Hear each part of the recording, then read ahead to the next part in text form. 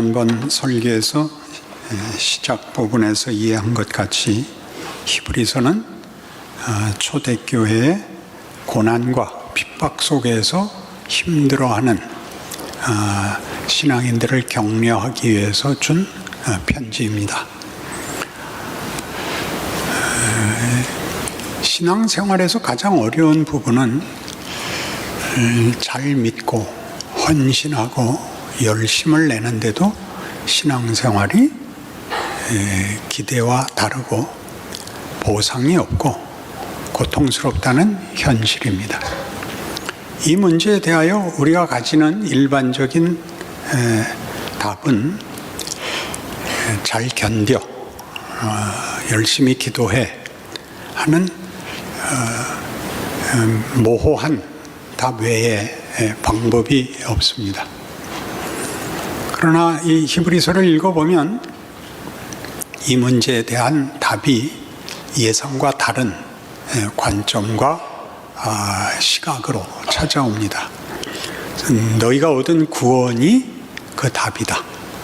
고난과 고통과 우리가 이해할 수 없는 현실에 대한 답이다. 답이 없는 게 아니라 답은 이미 주어졌는데 너희가 모르고 있다. 그걸 살아내지 못하고 있다. 그렇게 얘기하는 셈입니다. 그래서 우리 기독교 신앙은 예수를 믿는 것입니다. 그렇죠? 예수로 말미암은 구원이고 그 언제나 중심에 모든 조건에 예수가 주인공인데 우리는 믿음에 더 초점이 많이 가 있습니다. 잘 못 믿어서 어려움이 생기는 것 같고 믿음이 없어서 고통이 오는 것 같이 내 쪽에서 해결책을 만들어내야 된다고 생각을 하고 성경은 사실 그 반대로 얘기하고 있습니다. 예수가 다 했다라고 얘기합니다.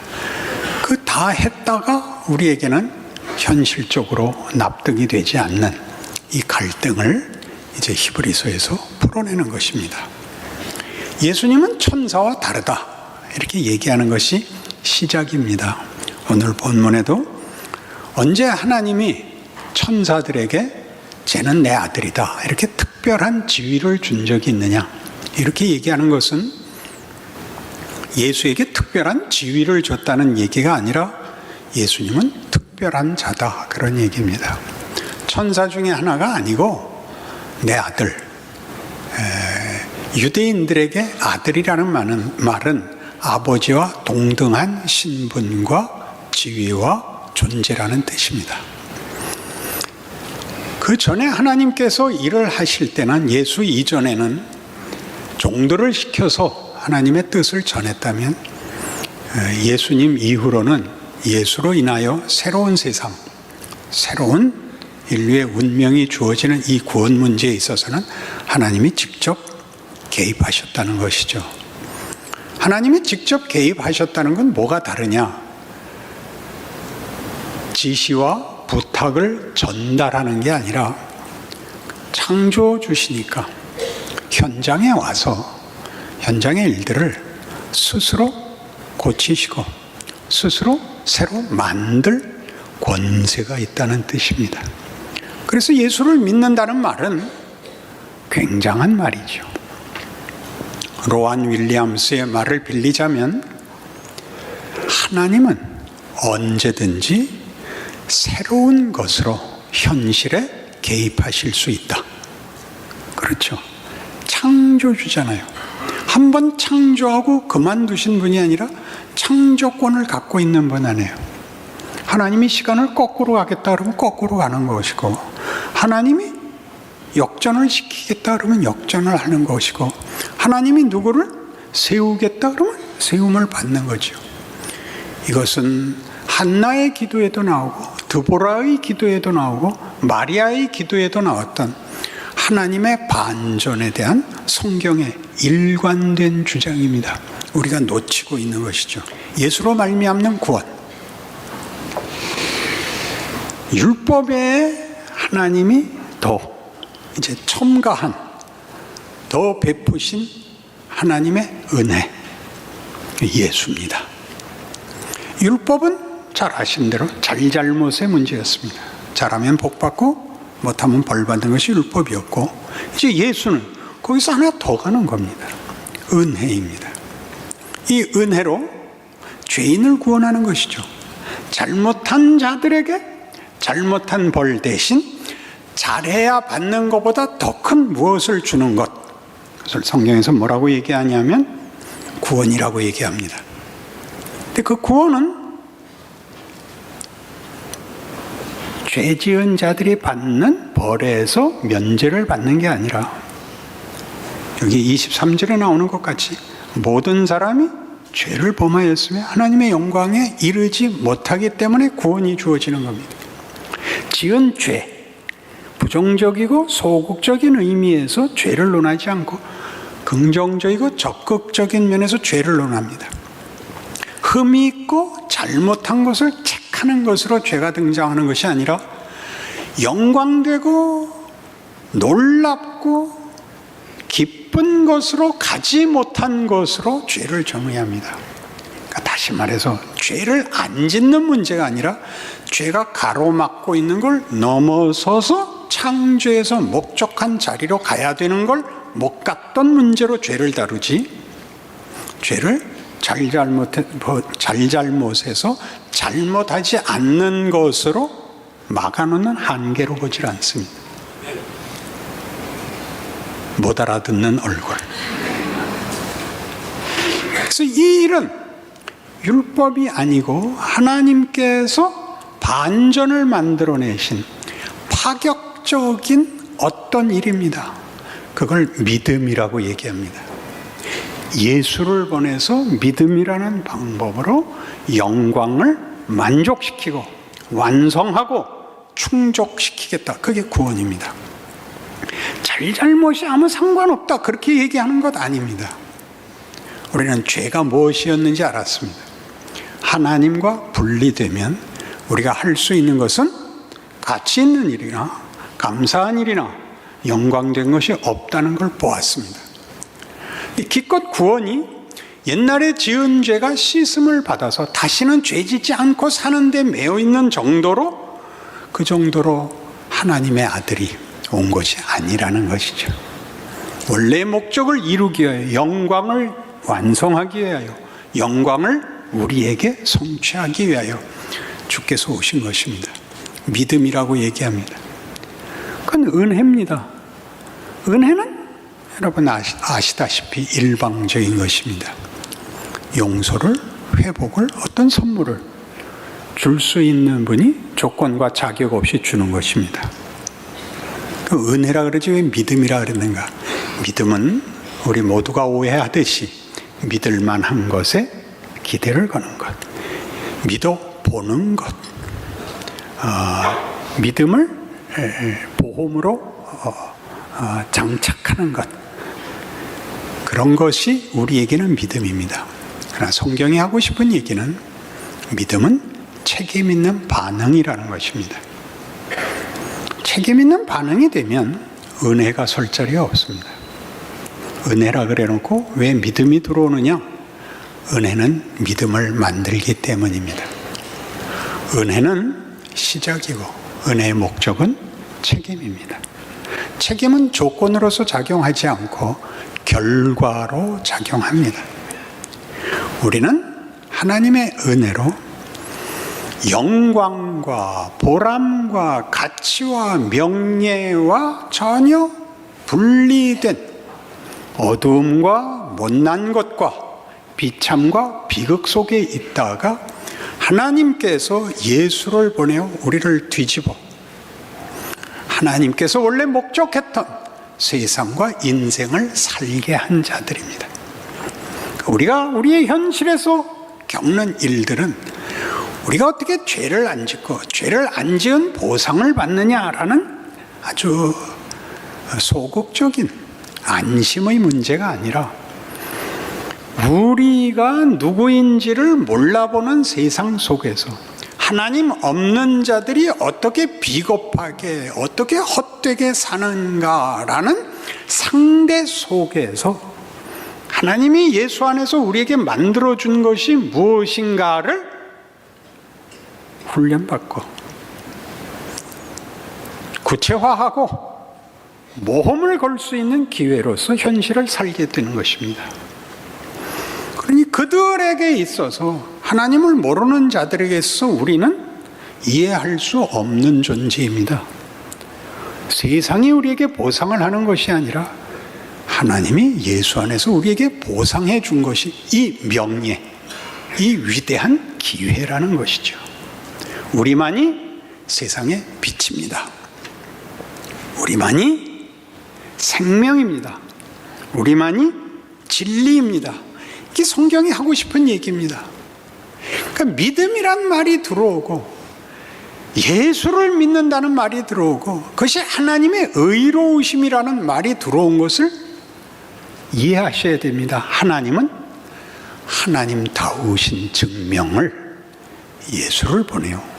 우리를 구원하심으로, 우리를 영광의 자리로 불러내심으로 하나님은 하나님이심을 우리의 인생의 존재의 실존에 증언하고 있습니다.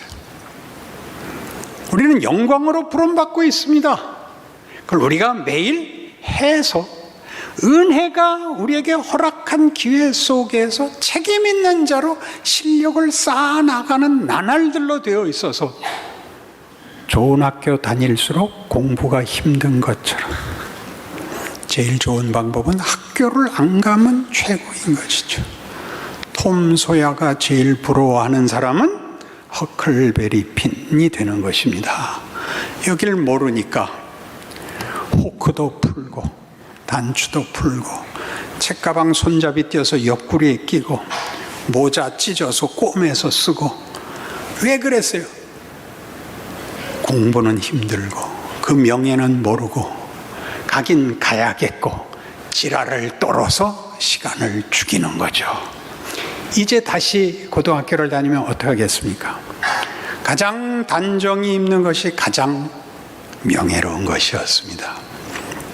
하나님이 이 과정을 겪게 합니다. 네가 해봐라. 네가 못났던 과거가 너한테 큰 교훈이 되고 네가 훌륭해지는데 손해보지 않는 추억이 될 것이다. 이게 인생입니다. 모범생들은 자기네가 훌륭한 줄을 모릅니다. 상대적 우월감만 갖고 있습니다. 뭐요? 석차 외에 자랑이 없습니다. 그때는 그것이 명예로운 것이라는 걸 알 수가 없습니다. 철없는 10대였습니다. 뭘 알겠습니까? 부모의 명령을 거역할 수 없어서 선생님을 기쁘게 해주고 싶어서 공부를 했지. 그것이 얼마나 대단한 것인가. 공부를 잘한다는 것이 얼마나 인성을 위대하게 만드는가.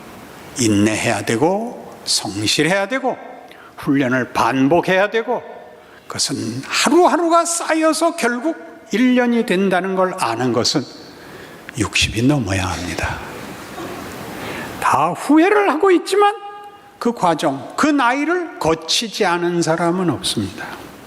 그것이 일을 하게 해야 됩니다. 그것이 뭘 만들려고 준 기회냐를 그때 못 만들었지만 그 후회가 다시 돌아가서 만회하고 싶은 것으로 답이 나오는 것은 율법입니다. 그 후회가 지금을 위대하게 만들어야죠. 내가 명문 대학을 나오진 못했지만 내가 학교 떨어지고 재수한 것이 손해가 아니었어를 만들어야 될 거 아닙니까? 그게 우리의 현실이죠. 그래서 이게 하나님의 하나님 되심이 뭘 만들다고요? 그의 아들을 보내요. 우리가 회복할 수 없고 만회할 수 없고 성취할 수 없는 것을 만들도록 그 아들을 보내십니다. 그 아들이 와서 뭘 하죠? 그 아들이 오신 것만으로 이 선포를 하죠. 요한복음 3장 16절 다시 외워볼까요? 누구나 아니까 하나님이 세상을 이처럼 사랑하사 독생자를 주셨으니 이는 저를 믿는 자마다 멸망치 않고 영생을 얻게 하려 하심이라. 하나님의 선포죠. 구원은 여러분의 성취가 아닙니다. 보상도 아닙니다. 그래서 우리가 믿게 됐죠. 왜 믿었는지 모릅니다. 그러나 이제 해야 될 게 있죠. 믿게 됐잖아요.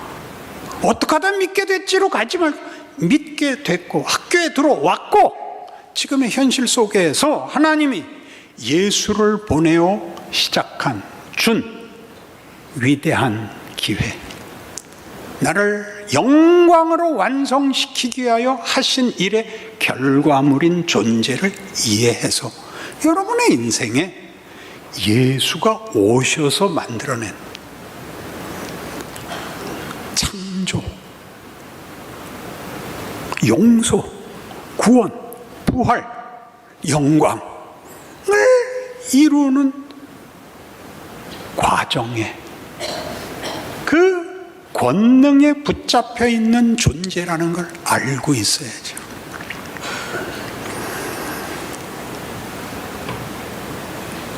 예수님께서는 요한복음 13장 34절에서 이런 명령을 합니다. 새 계명을 너희에게 주노니 서로 사랑하라.